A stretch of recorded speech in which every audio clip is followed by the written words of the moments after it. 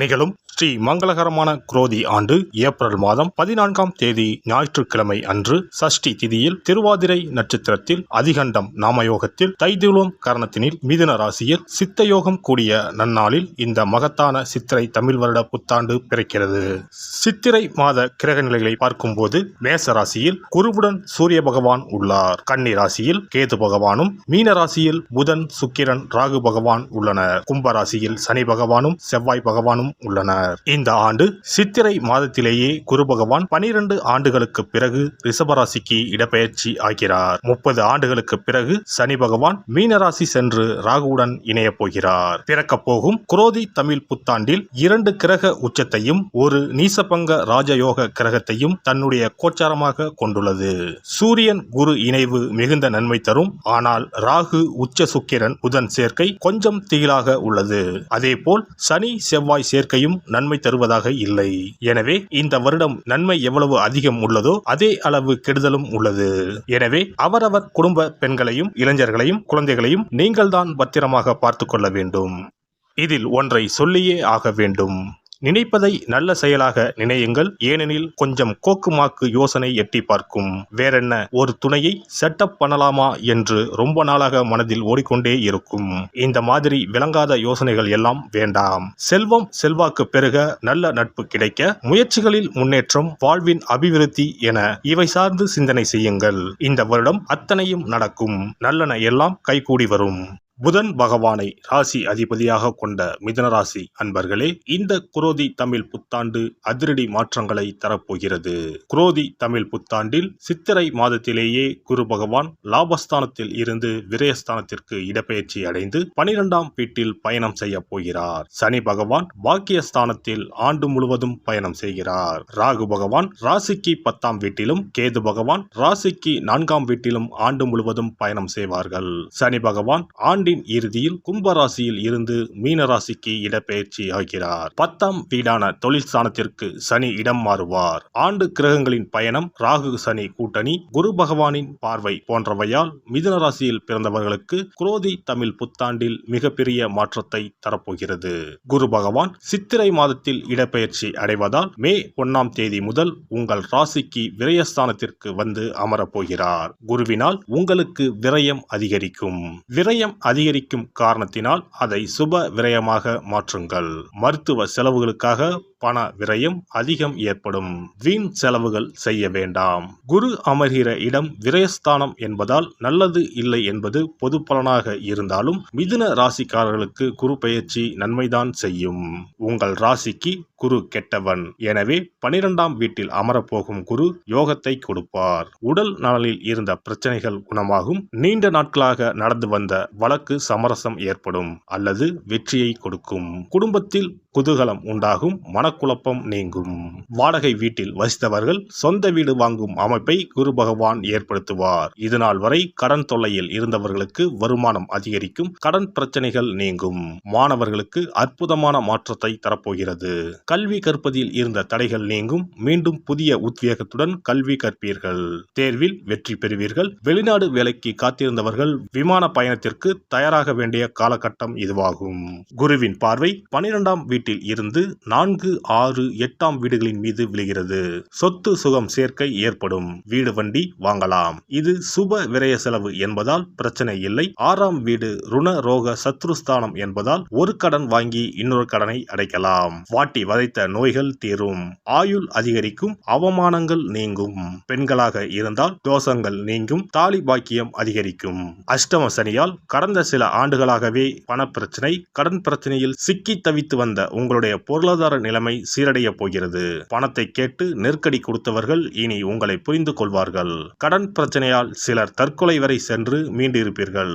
சனி பகவான் பாக்கியஸ்தானத்தில் பயணம் செய்வதால் கஷ்டங்களில் இருந்து, கடன் பிரச்சனையில் இருந்து விடுதலையாக போகிறீர்கள். குரோதி ஆண்டு முதல் உங்களுக்கு பொற்காலம் ஆரம்பமாக போகிறது. பாக்கிய சனி நிறைய பதவி உயர்வை தேடித்தரப் போகிறார். கடந்த காலங்களில் வேலையை இழந்தவர்களுக்கு இனி நல்ல வேலை கிடைக்கப் போகிறது.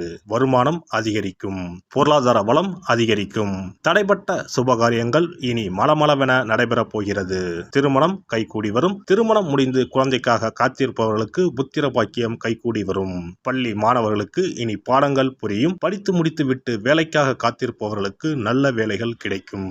ஏற்கனவே 10ல் ராகு, 4ஆம் வீட்டில் கேது சஞ்சரிக்கிறார். 10ஆம் இடம் தொழில் ஸ்தானம். கீர்த்தி, செல்வாக்கு, அந்தஸ்து ஸ்தானத்தில் ராகு வருவதால் தொழிலாளி முதலாளி ஆகலாம். நினைத்த மாதிரி வேலை வாய்ப்பு அமையலாம். நல்ல சம்பளம், வசதி வாய்ப்புகளை அதிகரிப்பார் ராகு பகவான். வேலையில் இதுநாள் வரை இருந்த பிரச்சனைகள் நீங்கும். மிகப்பெரிய வெற்றிகள் கைகூடி வரப்போகிறது.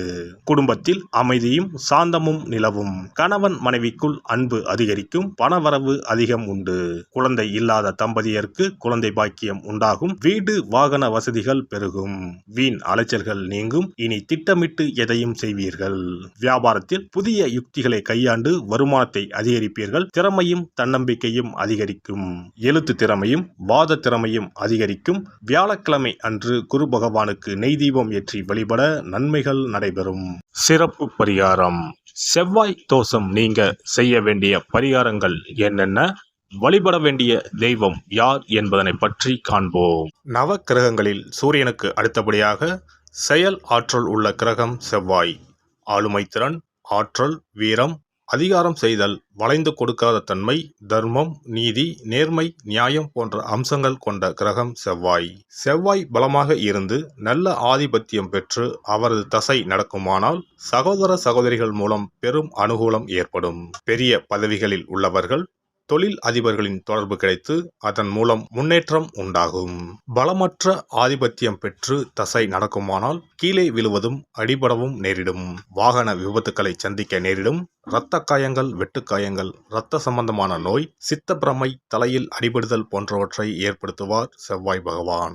வீண் வழக்குகள், சண்டை சச்சரவுகள், மறைமுக நேர்முக எதிரிகள், பொருள் களவு போகுதல், செய்தொழில் வியாபாரத்தில் திடீரென்று பெருத்த நஷ்டம், அரசாங்க கெடுபிடி, பதவி இறக்கம், மறைந்து வாழும் சூழ்நிலை என்று பலவகை இன்னல்களை உருவாக்குவார். செவ்வாய் முதலான தோஷங்கள் அனைத்தும் நீங்க அவரின் அருளை முழுவதும் பெற செவ்வாய்க்குரிய அதிதேவதையான முருகனை வழிபடுவதும், கோதுமை ரொட்டி, வெள்ளை எள் கலந்த இனிப்பு பலகாரங்கள், துவரை போன்றவற்றை ஏழைகளுக்கு தானம் கொடுப்பதும் நல்லது.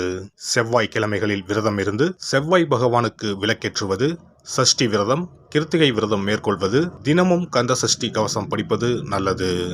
மேலும் செவ்வாய்க்குரிய கல்லான பவளக்கல்லை மோதிரத்தில் பதித்து அணிவது, சிவப்பு நிற ஆடையை அணிந்து கொள்வது, செப்பு பாத்திரங்களை உபயோகிப்பது போன்றவற்றால் செவ்வாயால் உண்டாகக்கூடிய தோஷங்கள் குறையும்.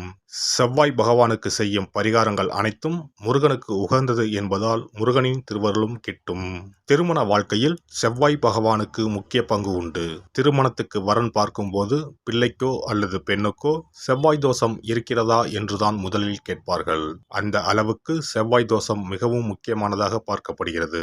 ஒருவரின் ஜனன ஜாதகத்தில் லக்னம், சந்திரன், சுக்கிரன் ஆகியோருக்கும் செவ்வாய் இருக்கும் இடத்திற்கும் உள்ள தொடர்பை கொண்டுதான் செவ்வாய் தோஷம் ஒருவரின் ஜாதகத்தில் எந்த அளவுக்கு வலிமையாக இருக்கிறது என்பதை கணிக்க முடியும்.